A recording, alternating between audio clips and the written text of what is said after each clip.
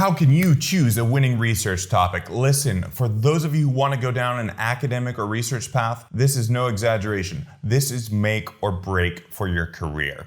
I have students who were less technically capable, less gifted, but they had amazing success, got invited to international conferences, got on the tenure track, had their pick of jobs, all because they got the right topic, the right debate at the right time. In this session, I'm going to help you by sharing my secret convergence method that I've taught to my students at Harvard, Oxford, Cambridge, and now University of Bocconi, Milan, where I'm a professor. I'm going to share this method for the first time here in this session with you.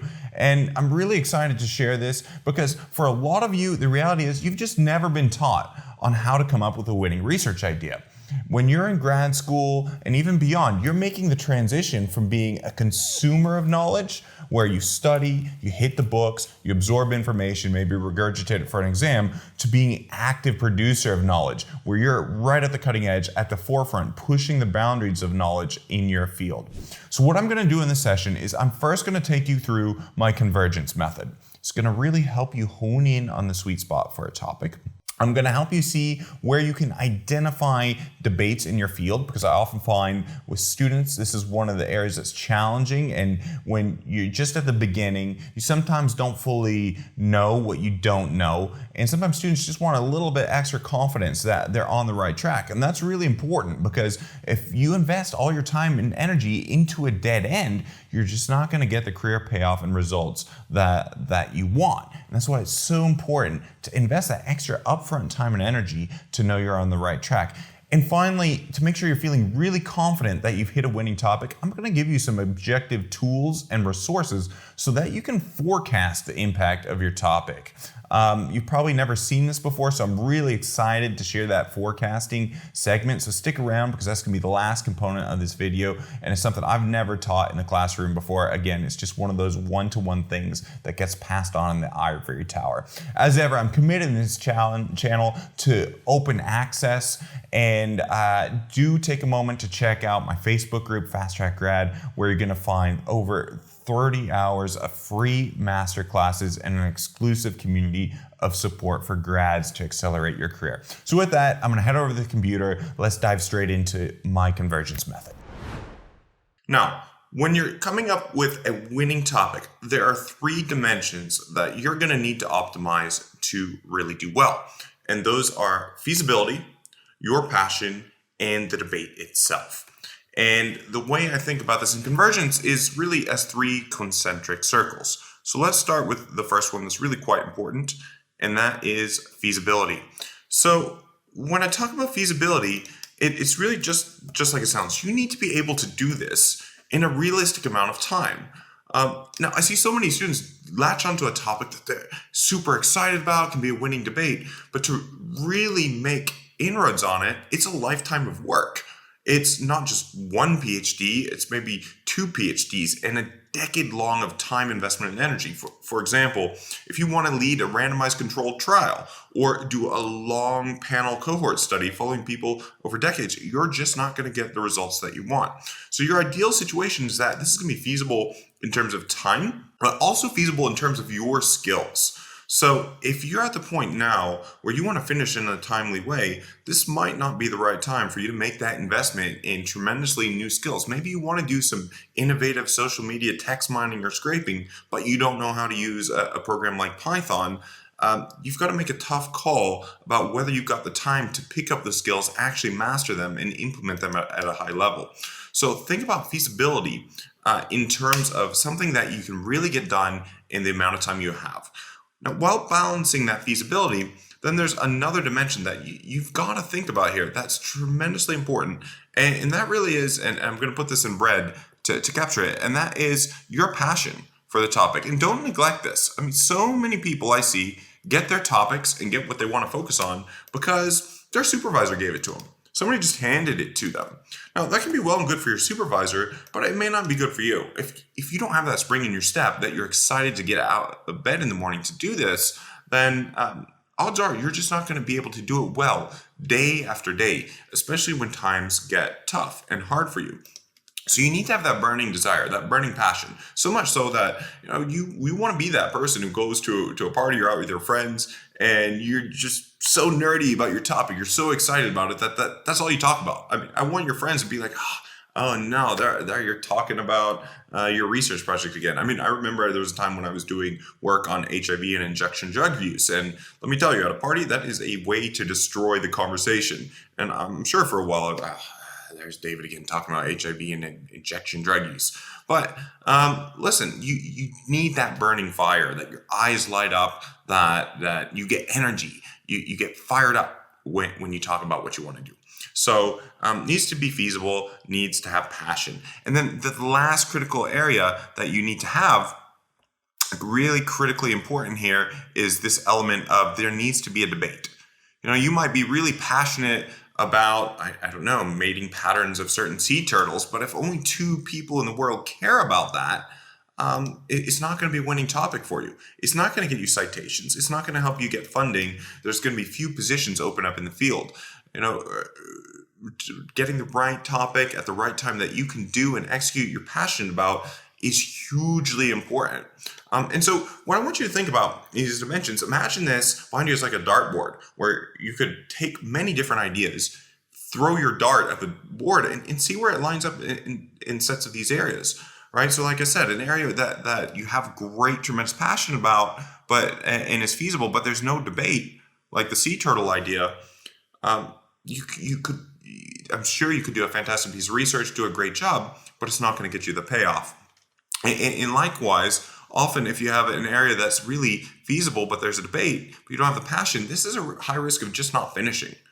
And this does happen to a lot of students. They just don't finish the project they started. And, I'd estimate about 1 in 3, at least PhD students don't finish. And one of the reasons here is either lack of passion or this other area that's just the lack of feasibility. And that's really this cluster here. If it's not feasible, you've taken on more than you can chew. This sometimes happens if you haven't gotten good guidance along the way. Then you really are fighting an uphill battle and maybe have taken something on that you can't finish. And I do sometimes see supervisors have a big master decade-long project. They hand their students a small chunk of their project, which may be well and good for that supervisor who has a 10-year time horizon, but you don't have that because of the things you need to do to finish, to execute, to publish now to get yourself ahead in your career. And you really need to watch out for that.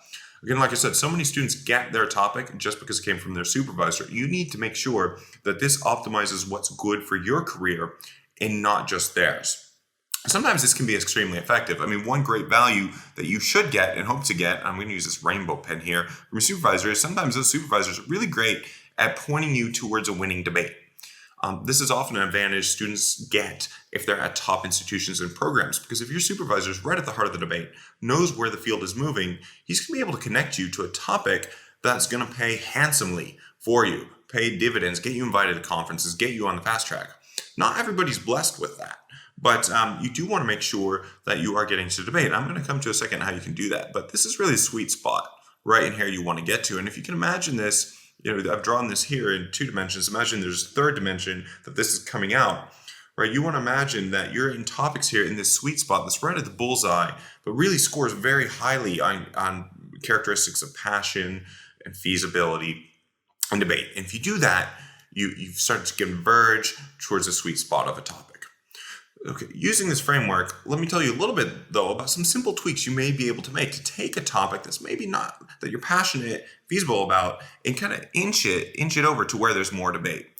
And so I want to talk to you about a second approach here. And one of that is to connect to adjacent debates. I personally did this in my PhD. I was looking at a terrible mortality crisis that happened in Eastern Europe after the fall of the Berlin Wall, which was a big debate in epidemiology. And at the same time, there was a big debate about how countries should make the transition from communism to capitalism in those societies. And what did I do? I connected those 2 debates together. And I knew both of them in and of themselves were winning debates. And by fusing them, I knew I was landing into a hot debate right away. Others, you can do this. You can imagine how if you connect your topic to something big where there's a debate like climate change, or say right now, almost anything, you connect to COVID, You're going to have something that's highly cited, that's going to have an impact. You're tapping into a ready-made debate and perhaps taking a different angle on it. So this idea of tapping into these adjacent debates can really be a winning strategy for you if you feel stuck. You kind of have a broad area to think about, but you don't know where the debate is. Well, think about creatively tapping into other big ongoing debates that perhaps what you're merging that with will give you a unique lens and a unique way of looking at things.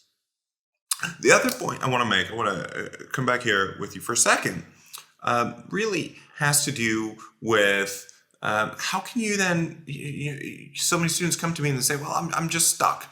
I see what you're saying about the adjacent debates. I can think of things, I can make a list for myself of things I'm passionate about. I can think of tools that are feasible, but I still don't feel really confident. I don't know if this area is right. I don't know if I don't feel confident that there's going to be a debate here. Well, there's some other ways to test if there's a debate and to know if this is important.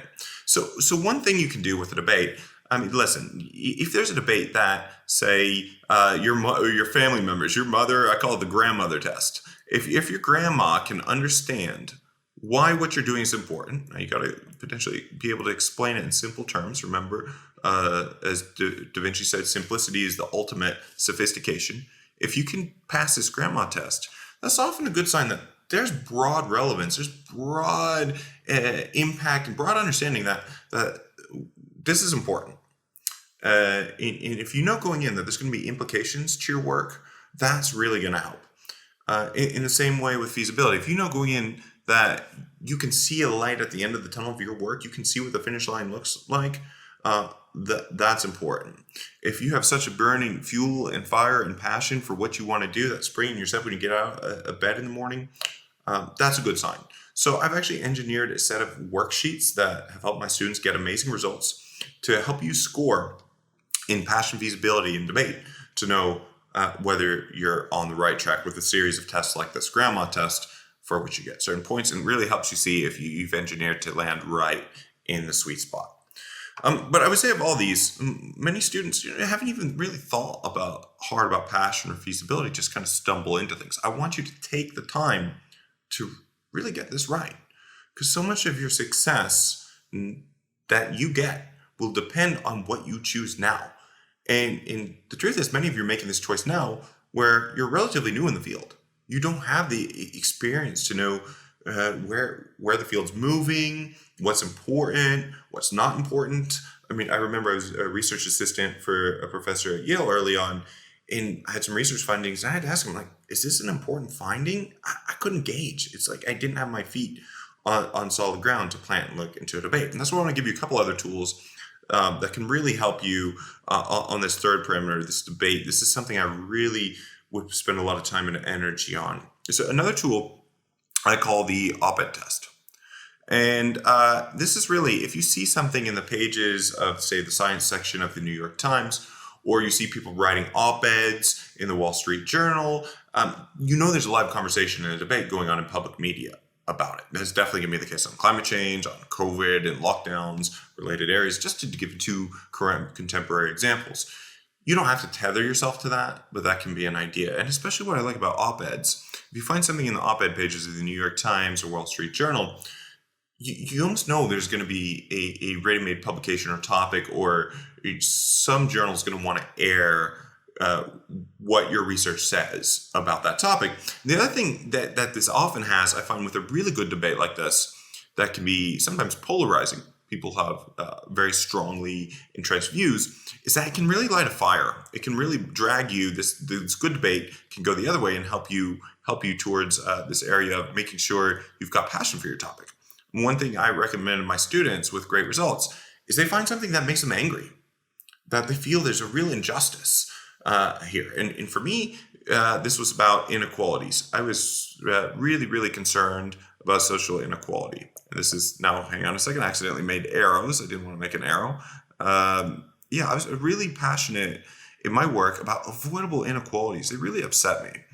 I thought, of all inequality in the world, if people can't get access to education or their health suffering, it's like the field's not fair. They can't even play with the others. They don't have a chance in life. And so certain kinds of inequalities really upset me and lit a fire. And a lot of you are doing research not because you want to make millions, although that definitely can happen, but because you really want to make a difference in the world. And so don't give that away. One of the biggest powers we have as researchers is our power to problematize. And so, is to take on, step back, look at these big problems and questions in the world, and we have that freedom to ask what's important. So don't give that away. And so coming back to this, these op-eds, I find actually can be a very useful tool to know there's a contemporary debate in which you can go deeper using your research skills, your empirical, your theoretical tools. And so look for that fire. The other thing I want to point out that is really critical for you and is going to help you a lot is forecasting the impact of your debate. So I've given you some tips and techniques here to hone in on these areas, to maybe self-reflect, to find your passion, to know if something's feasible, if something's right for you. But I want you to be able to get that objective evidence and this is the area that I've never really taught or shared before, to forecast what impact your debate's going to have. And I really picked this up because there are some tools out there that can take researchers' profiles and project if they continue the pace they're on, what's going to be their impact, how are they going to evolve as researchers down the road. And some departments actually use these tools to forecast if they're making the right hire for assistant professors based on their past performance to go forward. And it's really the same principle. What we're going to do is we're going to mine existing databases, things like Google Scholar and Web of Science, search repositories where we can search to see, okay, what's been the past performance of a research area? And that's going to be our best correlate, our best predictor of how it's going to do in the future. So what you can do is you can take your topics that you think have kind of hit in the sweet spot here and apply them over to the metrics. So let me switch over the browser and take us there. Okay, so let me tell you about one of the students I've been working with recently. He wanted to look at a debate around universal health coverage and poverty. And so one of the ways to start, he's really passionate about the topic. He's from Mexico, and he's really concerned about people who don't have healthcare access. So one way to start mining this to make sure you're on the right track is simply to go, if I spell correctly, in Google Scholar. Google Scholar what's available in your topic. And here we can begin to see a little bit of the lineup of what's been published on the topic, and already can see, okay, there's commentaries here. That's good. Commentaries, this is more a commentary piece and less a research piece. Here's some case studies on universal health coverage. But I can already start to see something coming out of here, that the papers that look a little bit more like research studies are actually on out-of-pocket payments. And so what I think we can then begin to see is actually, let's move the debate to where the keywords are in this area and figure out the spaces. Now, already what I see here is very promising. If you look at the citations here, this is very clearly, this is hitting an area that's of live debate. Let's just see if we can move to where more of the research studies are being located at. And this is a nice sign. Here we can see that somebody studied catastrophic payments. These are payments that where healthcare is unaffordable for patients. Don't worry too much about the subject area. It's just an example of how you can hone in the sweet spot. So if we can tweak this and mine our keywords, not even really knowing a whole lot about the topic, we can start to see change that keyword. Now we can see things that look a little bit more like research studies and less commentaries. And look, they're still getting huge citations. And I would encourage all of you to do this because this is going to help you hone in on a sweet spot of a topic. I had a student, for example, who also is attempting to join some adjacent debates in an area, and we did the same mining approach to really ensure we were on the sweet spot. So this is my student Mohammed. He was looking at doing a systematic review in a space of, he was very interested in access to care for migrants. And so we began to look at COVID and specifically access for migrants. And one thing we always wanted to do first was to check if there's already a systematic review on the topic. and again, it helps to spell correctly. And what we found is that there wasn't really a systematic review yet done. There's also this forecasting impact is very important. I've had so many students start on a topic only halfway through to go quiet. And I go back and ask, well, what happened? You were so passionate about this topic that you were going to turn it around very quickly. So yeah, I found a paper that already did what I wanted to do. That's especially a risk. The more hot your debate is, the more risk you have of getting scooped. And it happens surprisingly a lot. If you don't have a risk of getting scooped, it can be a sign that you don't have a big debate in your area. Okay, but what we can see here is definitely some calls to action, commentary pieces again, but no systematic reviews. So that kind of told me that there's definitely kind of an open goal, an open space to find a good topic. And I really like going for that, especially for you in grad school, trying to get on the fast track, going for that low-hanging fruit. When I was on the tenure track at Harvard, I had a professor say, well, David, all you do is go for low-hanging fruit. I'm like, yeah, because you guys just let it rot on the vine. And that's really important because you get publications, you cash in on them later, get grants, funding, advance to other positions. I have nothing wrong. I love low-hanging fruit, especially when the early successes beget more successes, something called the Matthew effect in science. I don't want to digress too far, but we looked here, COVID access, migrant, and we found, look, lots of papers are getting cites. There's calls to action here. And that this would definitely be a winning topic. We can take from this and forecast that there's just going to be very good citations. And it's important to do this not least because the median number of citations for papers published in 2020 and 2021 is 0. What that's telling you is at least half of all papers that get published get no citations at all in the first couple of years. And really, do you want to do work that no one is picking up? You have to think about this, why you're in this field and what you want to do. So take this time, take these steps to optimize your impact. Forecast your impact is very simple to do by mining the right keywords, and often with a few simple tweaks, you get this right anyway, and make sure you've got a title that's going to get, at the very least, picked up more and get more citations down the road. These few simple steps can really change not just your topic, but the entire trajectory of your research career.